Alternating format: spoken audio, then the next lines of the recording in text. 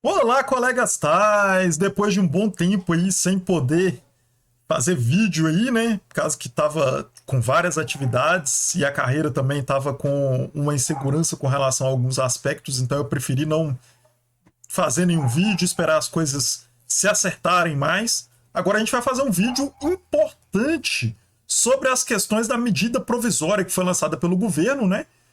Para estruturar aí as nossas carreiras e várias outras do Serviço Público Federal. A gente vai falar aqui hoje sobre essa questão da medida provisória e um informe da ProRH da UFMG que foi disponibilizado aí, que certamente interessa aos servidores da UFMG, mas também interessa aos servidores de toda a categoria, né? Porque bem provavelmente todas as outras instituições vão atuar em modelos muito parecidos, se não igual, a essa orientação que foi passada pela UFMG. Então, se você pertence aí, é servidor técnico administrativo em educação e pertence a qualquer instituição federal, fique atento nesse vídeo, ou fique atento nesse vídeo, porque ele vai trazer informações muito relevantes para vocês. E ao final do vídeo eu vou falar um pouco sobre a conjuntura para aprovação da LOA, né? Que será aí o ponto importante para que, a partir dessa aprovação, a gente consiga receber no nosso salário as questões de impacto financeiro, ou a parte financeira dessa negociação que foi feita com o governo. Então acompanhe esse vídeo que você vai saber tudo que está rolando aí a respeito da nossa carreira e quando está previsto para a gente poder receber aí esses aumentos que foram pactuados aí no decorrer da greve, né? Vamos lá, pessoal. Então vamos já passar para vocês aqui, ó. A gente está no site da UFMG, na Pró-Reitoria de Recursos Humanos da UFMG, né? E a ProRH fez um documento que orienta os docentes e técnicos administrativos em educação, os tais, né, da UFMG, sobre os efeitos da MP, né, a medida provisória número 1286/2024, né?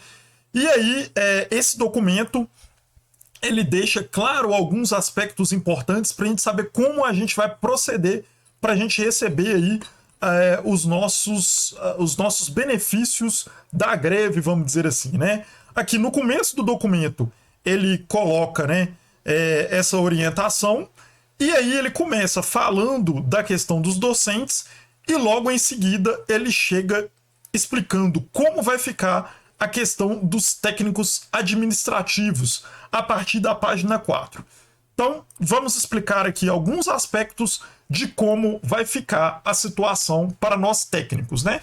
Eles fazem um preâmbulo aqui com algumas informações importantes, né? Que a referida MP reestruturou a carreira dos técnicos administrativos em 19 padrões e extinguiu os níveis de capacitação, bem como as progressões por capacitação, com avanço na carreira sendo realizado por meio de progressão por mérito e da aceleração da progressão por capacitação. Eu vou explicar isso para deixar mais claro para vocês mais para frente nesse vídeo, mas isso foi o que foi discutido e pactuado no decorrer da greve, né? O percurso para se chegar ao final da carreira passa a ser possível de 15 a 18 anos. No plano de carreira anterior que a gente tinha, a gente chegava ao teto da carreira com 22 anos e meio. Então essa foi uma conquista importante da nossa greve, porque quanto antes a gente chegar no teto da carreira, mais rápido a gente vai ganhar os maiores salários da carreira, né? Além disso, quando a gente for aposentar, como agora é calculado a questão da aposentadoria a partir da média dos valores que o servidor, né, recebeu durante toda a vida funcional dela, quanto mais rápido a gente chegar ao teto, quando a gente for aposentar, menor serão as nossas perdas com relação ao salário que a gente ganha quando a gente chegar lá no final da nossa carreira, né? Ficam preservados os avanços resultantes das progressões por capacitação anteriormente obtidas pelos servidores. Então, aqueles que já chegaram no nível máximo, que seriam 3 níveis de progressão por capacitação, fica tudo garantido, fica tudo preservado. Isso aí vocês não perdem, né? Ninguém vai perder, no caso dos técnicos administrativos, que já fizeram as progressões por capacitação anteriormente. E o reposicionamento ocorrerá de forma automática, que é a melhor forma possível, né? Sem a gente precisar de apresentar aquele monte de documento, né? Realizado pelo órgão central do Sistema de Pessoal Civil da Administração Federal, que é o CIPEC, não havendo necessidade de ação por parte dos servidores. Os informes apresentados a seguir poderão sofrer alterações a depender de normas e orientações do MEC ou do órgão central, que é do CIPEC. Isso aqui é uma informação importante, pessoal. Esse documento da UFMG, ele foi criado a partir de uma leitura, né, tanto da CNSC, né, tanto dos próprios fóruns das ProRHs, né, com relação à transição da nossa carreira da tabela anterior para essa tabela. Mas ainda faltam algumas informações e algumas lacunas, né? E o governo pode modificar isso através do MEC ou do CIPEC. Pelo entendimento realizado, provavelmente a aplicação dessa transição da carreira vai acontecer de acordo com o que está nesse documento da ProRH UFMG. Mas a gente deve ficar atento, porque eles colocam essa ressalva que mudanças de interpretações podem acontecer e isso pode modificar de alguma forma. Então vamos ficar atento e vamos continuar aqui a leitura do documento, que é um documento muito importante, né? A estrutura da carreira. A partir de 1º de janeiro de 2025, a carreira dos técnicos administrativos em educação passou a ser estruturada da seguinte forma: reestruturação do sistema de progressão para 19 padrões de vencimento. Eu vou explicar isso para vocês melhores ali, de acordo com a tabela que foi feita no próprio documento da ProRH. A aceleração da progressão por capacitação ela vai acontecer agora a cada 5 anos, de efetivo exercício somado ao cumprimento da carga horária mínima em ações de desenvolvimento. A nossa progressão anteriormente era a cada 18 meses, né, a nossa progressão por capacitação, né? Agora vai passar para cada 5 anos, mas aí tem algumas pessoas que até me perguntaram: ah, mas assim a gente vai levar prejuízo, né? Assim a gente vai levar prejuízo. Não, não necessariamente, né? Porque antes a gente chegava ao final da carreira, que é o mais importante, né? A gente chegava ao final da carreira com 22 anos e meio, agora a gente está chegando ao final da carreira com 15 a 18 anos, dependendo da quantidade de aceleração que você faz aí no decorrer da carreira, né? Então, a gente não perdeu. Se vocês forem avaliar, eu já fiz até um vídeo sobre isso já, é um ganho porque em pouco tempo se iguala os valores que eram recebidos quando a progressão era a cada 18 meses e os valores que são agora com a progressão a cada 5 anos, porque a gente tem que lembrar que a progressão por mérito, que é aquela avaliada pelos nossos chefes, ela passou de 18 meses para 12 meses. Então, para quem está ali com 3, 4 anos e meio de carreira, já iguala já o valor que ele recebia da remuneração anterior para o valor que ele vai receber na remuneração atual. E a partir daí, né, desses 4 anos e meio, quem entrar agora na carreira, ele vai levar vantagem sobre aqueles servidores que entraram anteriormente, né? Porque a progressão dele vai ocorrer a cada 12 meses e a cada 5 anos ele ainda vai ter uma aceleração. Então, a gente está levando vantagem. Essa foi uma conquista da greve. Antes que as pessoas digam, ah, mas antes era 18 meses, agora é 5 anos. Mas teve modificações que fazem com que a carreira avance mais rápido e a gente tenha vantagem com relação a essa questão, principalmente porque as progressões agora vão ocorrer, no caso da progressão por mérito, a cada 12 meses, aumentando 4% do salário a partir de agora, né? A cada 12 meses. Então vamos lá. O reposicionamento dos servidores na nova estrutura de carreira será efetivado sem a necessidade de nenhuma ação do servidor, garantindo a adequação às novas diretrizes estabelecidas pela MP. Isso aqui também é muito relevante, né? A gente não vai precisar de ficar juntando documentos que a gente guardou há muito tempo, que a gente já conseguiu as nossas progressões.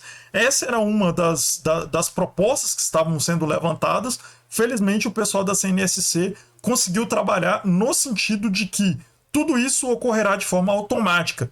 Então, você que já teve uma quantidade de progressões por capacitações, automaticamente isso será colocado já nas suas progressões no sistema que define a questão salarial e as outras questões de informação funcional sua. Além disso, no caso da mudança de tabela, o procedimento vai ocorrer da mesma forma. Tudo vai ocorrer de forma automática.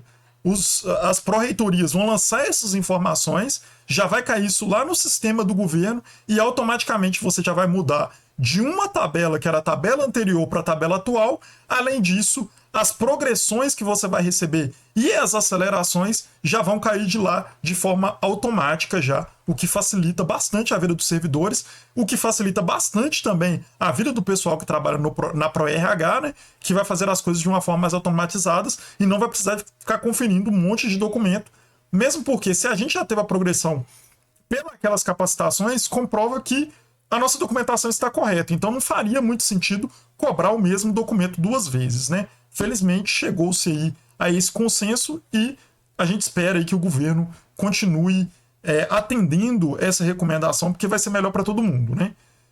Bem, na continuidade aqui do documento, né, vai demonstrar aqui como é a tabela de reposicionamento agora da carreira a partir de 1º de janeiro de 2025, né? Da carreira dos técnicos administrativos em educação, né? Vocês lembram aí que a gente tinha a progressão por mérito, que é essa progressão aqui, que era em 16 níveis, e a progressão por capacitação, que era em 3 níveis de capacitação.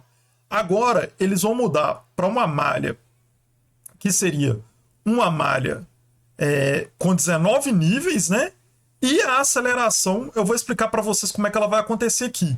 O importante de vocês entenderem nessa tabela inicialmente é que a pessoa que está, por exemplo, igual ao meu caso, o meu nível é o nível 409, porque eu fiz 3 capacitações, progressões por capacitação, e 9 por mérito, eu vou sair do número 9 e vou pular para o número 12, né? Aqui no novo plano de carreira. E aí depois eu vou mostrar para vocês como vai contar essa aceleração por capacitação automática para mim, entre outras informações, e citar exemplos para que vocês possam entender melhor. Uma pessoa que estava aqui, por exemplo, no nível 3 de capacitação e no nível 5 de progressão, no nível 3 de capacitação e no nível 5 de progressão por mérito, por exemplo, ela vai pular aqui para o nível 5, aqui na nova tabela. E assim sucessivamente, né? Cada um vai olhar aí a sua posição nos níveis de capacitação e nos níveis de progressão por mérito para avaliar a posição que ele vai ficar a partir de 1º de janeiro de 2025, né? A pessoa que já estava aqui no último nível já, tanto de progressão por capacitação quanto a por mérito, ele já está no teto, ele vai para o nível 19, então não vai ter mais como ele crescer daqui para frente, porque ele já está no teto da carreira, né? Vamos lá, um ponto agora extremamente importante, né, que a gente tem que falar sobre essa conquista da aceleração da progressão por capacitação, né? Essa é uma conquista importante da nossa greve e que é importante a gente falar sobre ela aqui, né?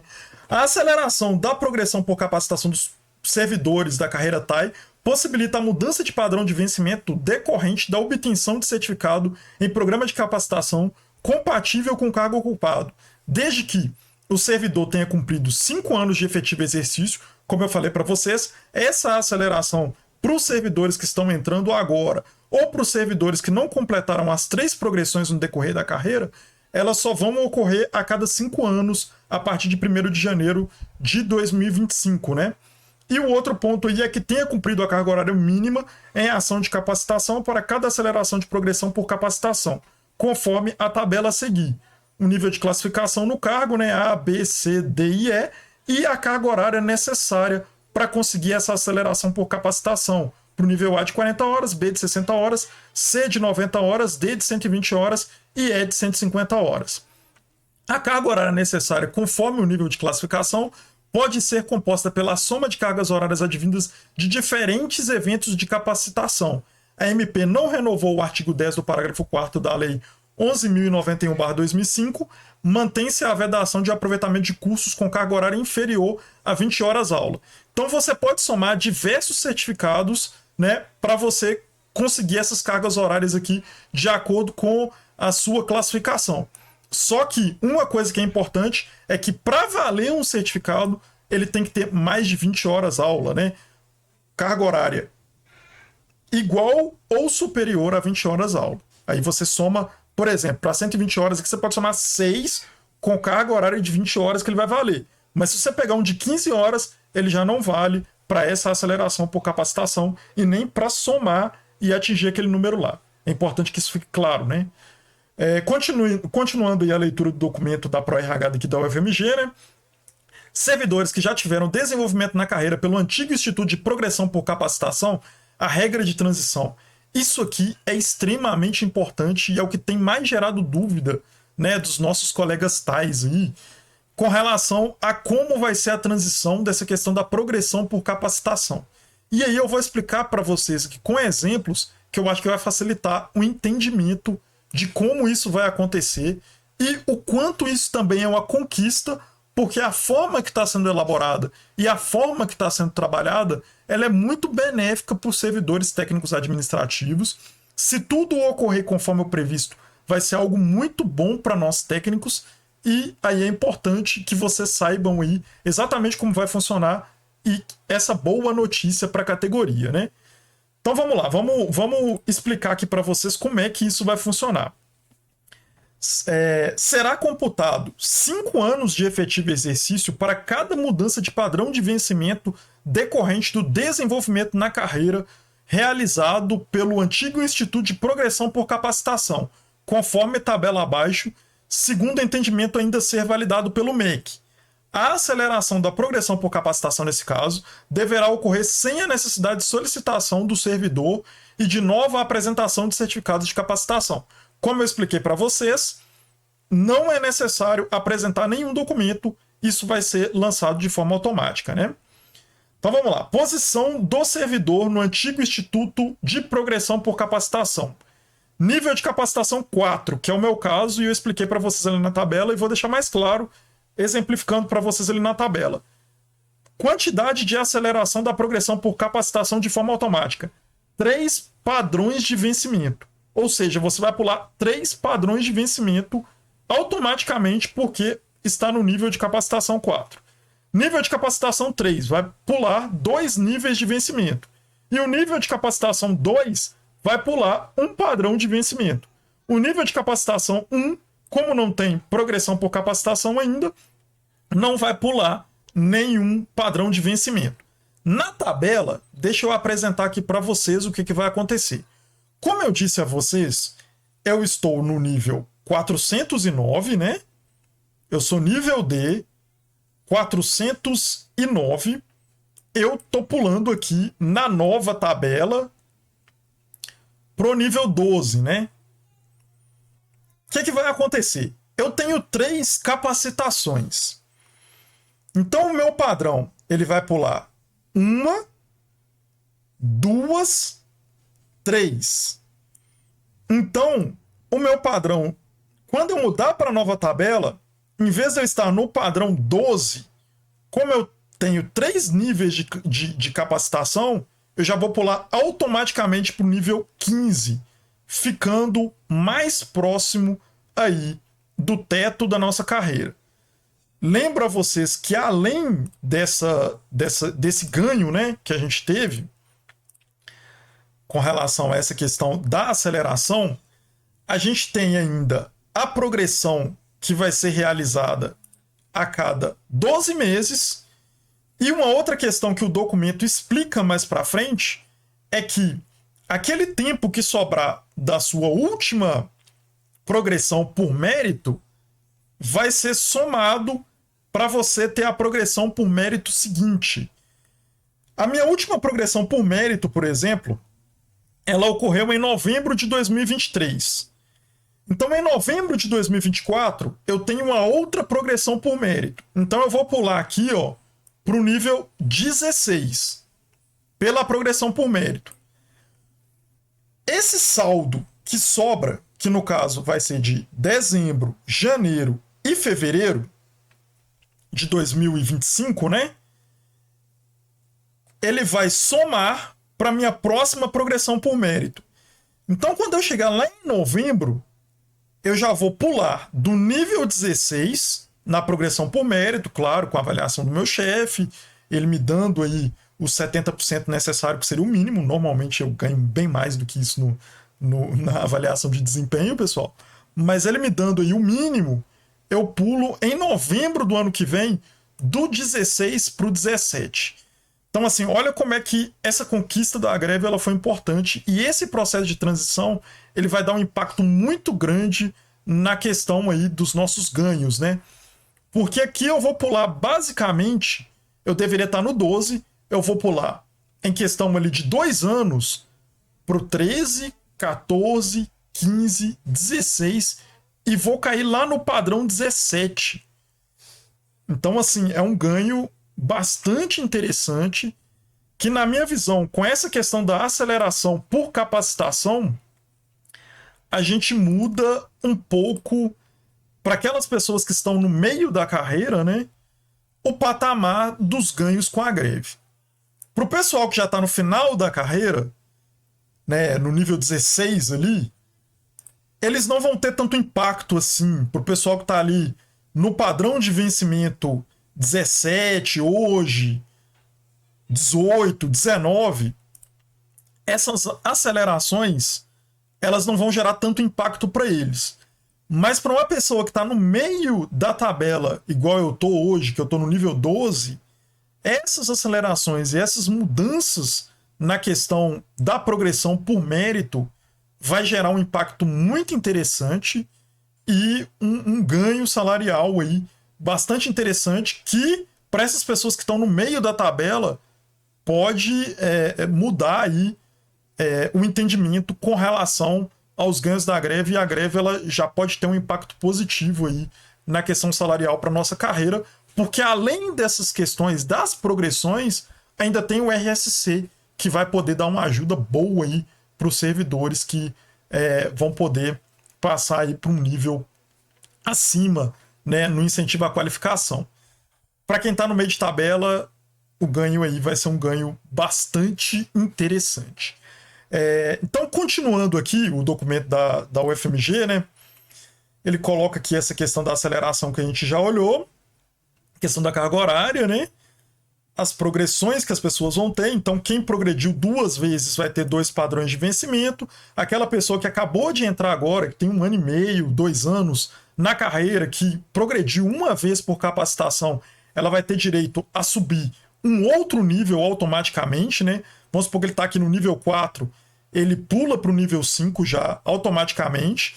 E aí, nesse caso, de acordo com as progressões por capacitação que você teve, você aumenta os seus padrões de vencimento, né? O que é um ganho interessante. A gente espera que isso continue prevalecendo aí junto ao governo e que a gente consiga progredir sem encaminhar documentação e que seja automatizado mesmo da forma que está previsto e que está descrito aqui no documento, né?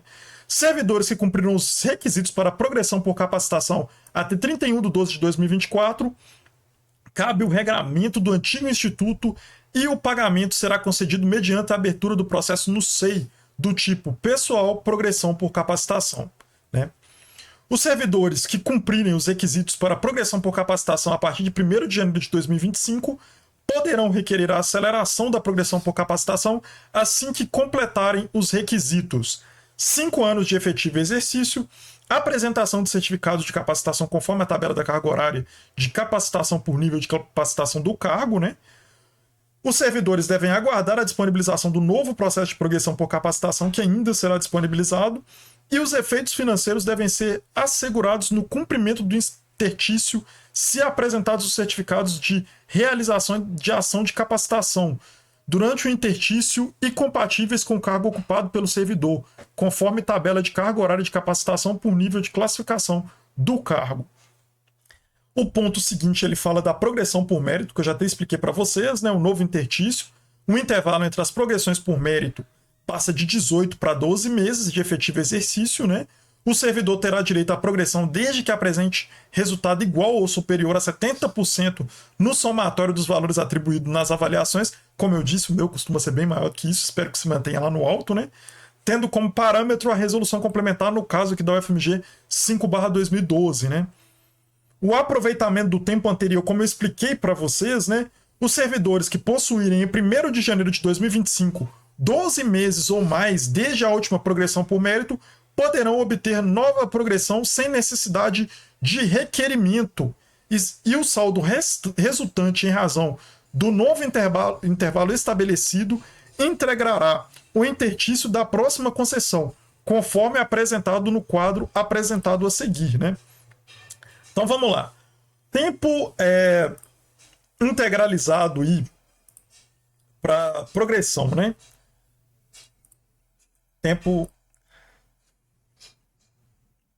Vamos lá. Tempo integralizado para progressão por mérito em 1º de janeiro de 2025, né?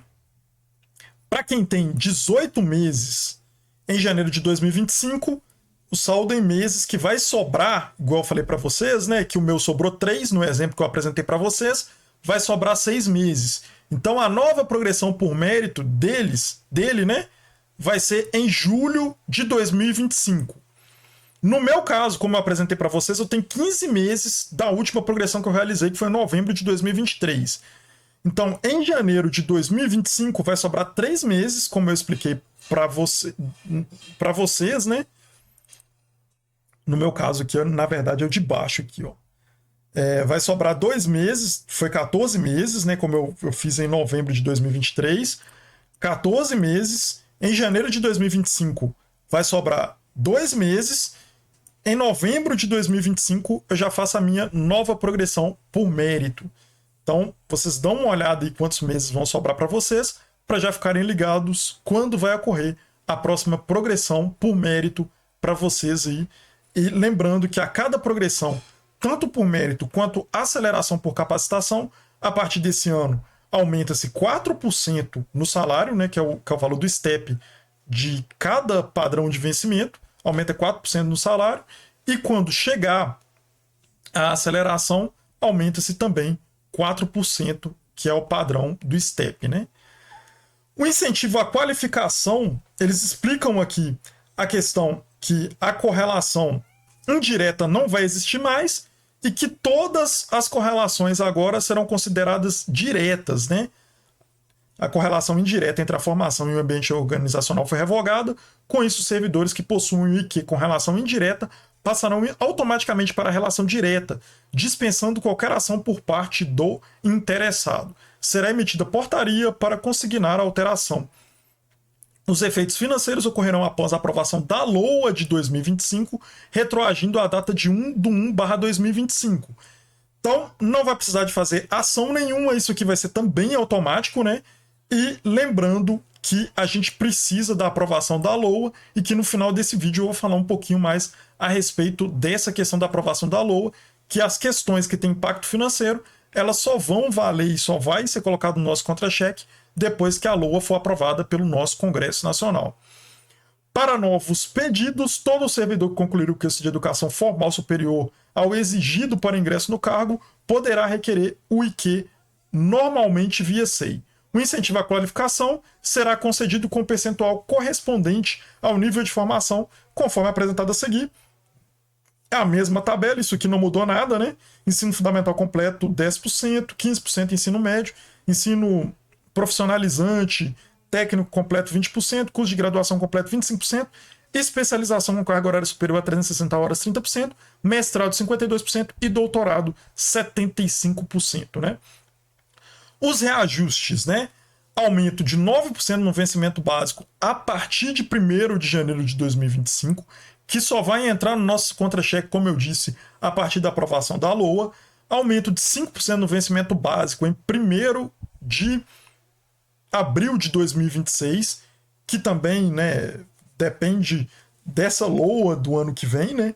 Os STEPs vão subir de 3,9 para 4,0 em janeiro de 2025 e os STEPs de 4,0 para 4,1 em abril de 2026. A gente precisa da LOA aprovada para a LOA que deveria ter sido aprovada em 2024. Quando ela for aprovada em 2025, normalmente a gente recebe no mês subsequente, né? Para que a gente tenha esse aumento. E a gente espera que no ano que vem a LOA seja aprovada na data correta, né? Para que a gente tenha um aumento imediatamente a partir do dia 1º de 2026. Isso já esteja disponível no nosso contra-cheque, né? Então vamos lá. Embora já assegurado por meio da publicação da MP vigente com efeitos financeiros retroativos a 1º de janeiro de 2025, o pagamento dos valores será realizado somente após a promulgação da LOA de 2025 e a atualização dos sistemas estruturantes do governo central. A Lei Orçamentária, né, Anual, que é a LOA, de 2025, será votada no Congresso Nacional no retorno do recesso legislativo. O recesso legislativo acabou nesse final de semana, e eu tenho algumas informações ali a respeito da perspectiva para essa aprovação, que eu vou falar mais à frente no vídeo.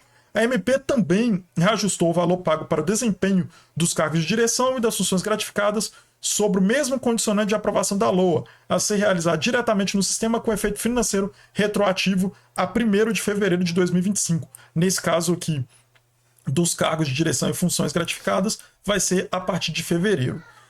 Criação de novos cargos, né, foram criados por meio da MP, os cargos de técnico em educação nível D e analista de educação nível E, que passam a integrar a carreira TAI. Esses cargos aqui são os cargos amplos, né? A criação é fruto da transformação de cargos verdados, desocupados, já recolhidos pelo MEC. O MEC fará a distribuição dos novos cargos a IFES e os concursos ocorrerão somente após a regulamentação pelo MEC. Os cargos vedados ocupados até a publicação da MP permanecerão sem alterações até que estejam desocupados, quando gradativamente o MEC e o MGI os transformarão em novos cargos de técnico e analista em educação. Parte dos cargos vedados e vagos foram utilizados para a criação dos novos cargos de direção e em função de confiança, FG, ECDs e FCCs, a serem distribuídos pelo MEC. E aí eles colocam uma ressalva no final do documento, que eu já falei para vocês que estava também lá no início do documento, né, com relação a como esse documento foi elaborado e que isso aqui ainda vai precisar, né, de algumas informações importantes por parte do MEC, né? Vamos lá, vamos ler as ressalvas aqui que a ProRH da UFMG coloca ao final do documento, né? Ressaltamos que os entendimentos aqui apresentados foram construídos pelos integrantes da Comissão Nacional de Supervisão de Carreira dos Cargos dos Técnicos Administrativos em Educação, CNSC, PCCTAI vinculado ao MEC. A diretriz adotada pela a CNSC foi no sentido de extrair do texto da MP os entendimentos que favorecem o desenvolvimento da carreira TAI. A comissão é paritária, com representantes do governo e representação dos sindicatos dos TAIs, né? Importante salientar que o Fórum de Gestão de Pessoas, que é o FORGEP, né, como eu disse para vocês aí no decorrer do vídeo, né, o órgão assessor da Associação Nacional dos Dirigentes de Instituição Federal de Ensino Superior Andifes, tem 2 servidores que integram a CNSC. A CNSC elaborou uma minuta de resolução para submissão ao MEC, estabelecendo os procedimentos a serem observados pelas unidades de gestão de pessoas das instituições federais de ensino para reposicionamento de carreira e para fins de progressão por mérito, aceleração da progressão por capacitação e incentivo à qualificação dos servidores técnicos administrativos em educação, tendo como base os entendimentos aqui apresentados. Então, esse é o entendimento da CNSC, que tem participação de membros do governo, né? Estamos acompanhando e aguardando a atualização dos sistemas pelo governo federal e a emissão de orientações oficiais relativas aos procedimentos a serem adotados para o cumprimento das disposições da MP, a aprovação da resolução proposta pela CNSC. Então, a ProRH UFMG passou essas informações, mas eles ficam atentos aí às diretrizes que serão estabelecidas. Esperamos que tudo ocorra sem a necessidade de entrada com documentação, que daria muito mais trabalho, tanto para a ProRH quanto para os próprios servidores, né? Imagina o volume de documentos que teriam que ser apresentados. Então a gente espera que o governo continue trabalhando nessa lógica de eficiência mesmo no serviço público, né? Já que o acordo foi assinado, que ele trabalhe da forma mais eficiente possível, que é lançar isso automaticamente nos sistemas, já que já está tudo comprovado, não teria necessidade aí de toda uma burocracia para algo que já é um direito garantido, líquido e certo, né? Então, sem burocracia, gente, vamos fazer as coisas da forma mais eficiente possível. Mas como eu disse para vocês, né, agora a gente vai falar um pouquinho sobre a conjuntura de aprovação da LOA. A LOA ela precisa ser aprovada pelo Congresso Nacional, que deveria ter aprovado a LOA, né, que é a data correta para aprovar, desde dezembro do ano passado. Só que eles enrolaram por causa da questão, principalmente da briga deles por emendas parlamentares, e até hoje ela não foi aprovada, e por isso o salário de todos os servidores que fizeram aí o movimento de negociação com o governo não foi contemplado na sua parte financeira, mesmo com a MP sendo publicada pelo governo no ano passado, né? Como é que está o contexto de aprovação da LOA? Assim, como os deputados, né, e senadores fizeram chantagem no decorrer do ano passado com relação à aprovação, eles continuam fazendo chantagem, o que é uma má notícia para nós, servidores técnicos administrativos em educação e servidores públicos federais de uma forma geral, né? Olha aí essa reportagem da UOL com relação à questão aí da aprovação da LOA. Relator ameaça não votar orçamento 2025 se não tiver acordo para liberar emenda. Eles estão de olho em parte do orçamento federal, né? E querem aumentar as suas emendas parlamentares e aí não querem votar nem o orçamento para o governo poder trabalhar e fazer as políticas públicas necessárias para o país e nem cumprir com seus acordos que foram feitos com o funcionalismo público federal, porque os deputados e senadores estão querendo chantagear toda a população para poder ter mais emendas, né? Para a gente ver como é importante votar em um Congresso que realmente represente os trabalhadores.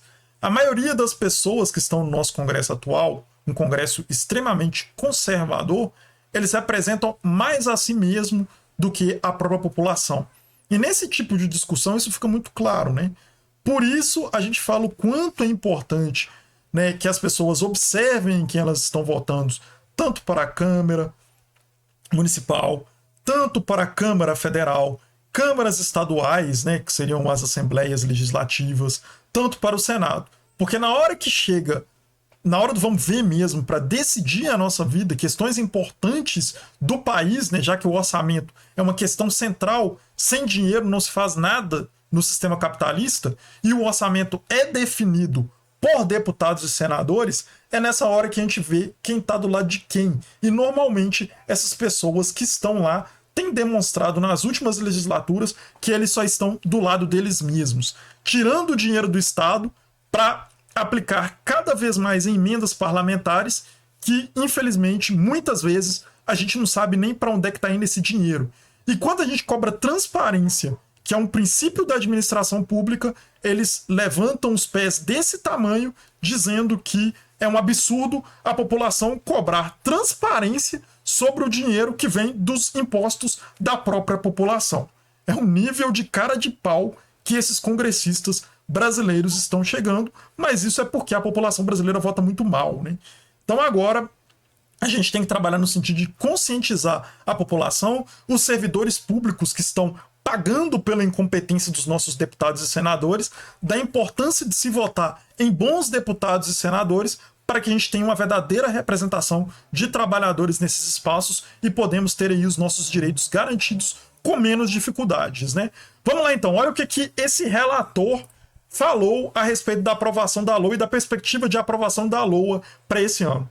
O senador Ângelo Coronel, do PSD, relator do orçamento de 2025, afirmou nessa quarta-feira, dia 29 isso de janeiro, né, que só vai colocar a proposta orçamentária do governo em votação se houver um acordo para liberar as emendas parlamentares bloqueadas por determinação do STF, Supremo Tribunal Federal.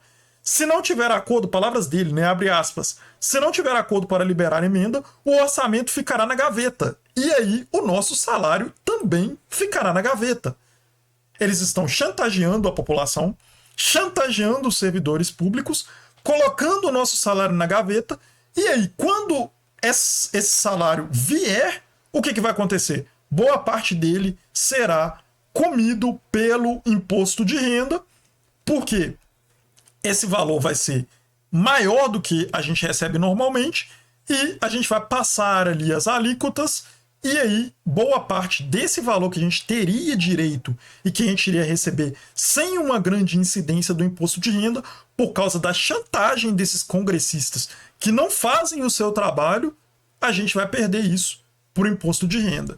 Olha que absurdo que os trabalhadores do Brasil estão vivendo com deputados e senadores que têm uma vida de rei nesse país, às nossas custas, e que não fazem nem o básico para que eles garantam os nossos direitos. Olha a continuidade da fala dele aí, ó. Se não tiver acordo para liberar a emenda, o orçamento fica na gaveta, né? Ângelo Coronel disse que já comunicou à equipe econômica que a votação está condicionada ao desbloqueio dos recursos. Eles só pensam neles. E ainda coloca ainda a chantagem de uma forma mais clara lá. Abre aspas. Não é bravata, não é arrogância. Eu tenho que proteger. Eu tenho que atender aos deputados federais que ficam todo dia perguntando quando é que vai votar. Prefeito me liga quando pode ir a Brasília. E a gente prorrogando e prorrogando porque um poder quer interferir num outro poder. É corporativismo, né? Ele tem que se proteger, mas e a população brasileira que elegeu ele, que ele deveria representar? Será que ele está protegendo a população brasileira? Será que ele está protegendo os servidores, trabalhadores desse país? Claro que não. Por quê? Porque eles só pensam neles. Eles não pensam em mais ninguém, eles não pensam no futuro do país, eles não pensam nos investimentos que também ficam bloqueados à medida que eles travam o orçamento. E aí a gente fica nessa situação delicada que o país vive, né? E aí saiu uma notícia mais atual, né? E que é uma notícia ruim para nós servidores, né? Do Metrópolis. Essa notícia é de hoje, né? Que votação do orçamento que traz reajuste de servidores fica para março. Olha que absurdo isso, né? Lei Orçamentária Anual LOA de 2025 deveria ter sido aprovada no ano passado. Gastos da União ficam limitados. Ou seja, eles travam o dinheiro da União, eles travam o nosso dinheiro para poder fazer chantagem, para pegar o nosso dinheiro para eles através de emendas parlamentares. É assim que o Congresso está agindo ultimamente, né? A gente tem que melhorar esse Congresso, gente. Com esse Congresso, a gente não vai ter condição de melhorar esse país de jeito nenhum. Olha aqui o que a reportagem diz. O relator da Lei Orçamentária Anual, né, de 2025, senador Ângelo Coronel, do PSD da Bahia, estima que o texto só deverá ser votado na Comissão Mista de Orçamento, né, em 10 de março. O projeto deveria ter sido aprovado no ano passado, mas ficou para este ano. Com isso, os gastos com pagamento do reajuste já acordado com os servidores federais ficam em suspenso. Abre aspas. A previsão mais racional é no dia 10 de março. O mês está começando e precisamos realmente fazer ajustes. A gente tem que ter calma. Não adianta fazer um orçamento apressado que não venha a satisfazer a expectativa do povo brasileiro. Até parece que ele está preocupado com o povo brasileiro mesmo, né, gente? Está preocupado com as emendas deles, conforme estava escrito ali na reportagem anterior, né? Após ser votada na comissão mista, né, de orçamento, a LOA precisa passar ainda no plenário conjunto do Congresso Nacional. Então, assim, na melhor das hipóteses, se a LOA fosse aprovada até o dia 10 agora de fevereiro, esse aumento poderia vir já no contra-cheque de março para a gente receber em abril. Se for aprovado em março, isso vai vir no contra-cheque de abril para a gente receber em maio. Então essa chantagem desse senador, dos outros senadores e dos deputados pela emenda parlamentar vai custar a todos nós servidores muito caro. Portanto, é muito importante as federações dos trabalhadores, os sindicatos dos trabalhadores, pressionar esses deputados e senadores, falar para eles que a gente está ciente do que está acontecendo, que a gente não vai aceitar isso e que eles não voltam no ano que vem se eles continuarem fazendo essas chantagens com a população, porque eles não estão fazendo isso, não é com o governo e não é com o STF, não. Eles estão fazendo chantagem usando a população, os servidores. E isso é um absurdo. Então tem que ter uma cobrança pesada para que esse pessoal entenda que do jeito que eles não estão para brincadeira, nós também não estamos. Isso é responsabilidade do Congresso. Eles teriam a obrigação de votar isso no ano passado, eles não votaram e agora estão fazendo chantagem para votar algo que é obrigação deles votarem. Queria saber se o salário deles ficou travado também. Tenho certeza que não. Deles não trava nada. trava o da população e o dos servidores, né? Então, para você ver como é que esse país é injusto e que a gente precisa trabalhar para melhorar esse país. Então, assim, de movimentação, né? Já tem um ato programado já pelo FONASEF, que é a federação que representa, né, todos nós, o fórum, né, das entidades nacionais dos servidores públicos federais, né, um ato unificado, né, lutando aí para aprovação da LOA já, né, a ser realizada no dia 4 de fevereiro, às 10 horas, em frente ao anexo 2 do Senado Federal. A gente conta aí com os servidores que puderem estar presentes lá nessa atividade, principalmente quem mora em Brasília, né, que possa nos representar. Infelizmente, nem todos os servidores dos outros lugares do Brasil vão poder estar presentes, mas essa vai ser uma atividade muito importante para a gente pressionar os deputados e senadores e demonstrar para eles que a gente está atento e que a gente precisa que o acordo seja cumprido. E que agora o executivo já fez, assim, né, a grosso modo, tudo que deveria ter feito, e que agora a gente precisa que esses deputados e senadores que deveriam representar o povo, né, nos represente de verdade, votem essa lei orçamentária anual para que a gente finalmente possa ter aí o nosso reajuste, né, salarial que a gente tanto lutou por ele.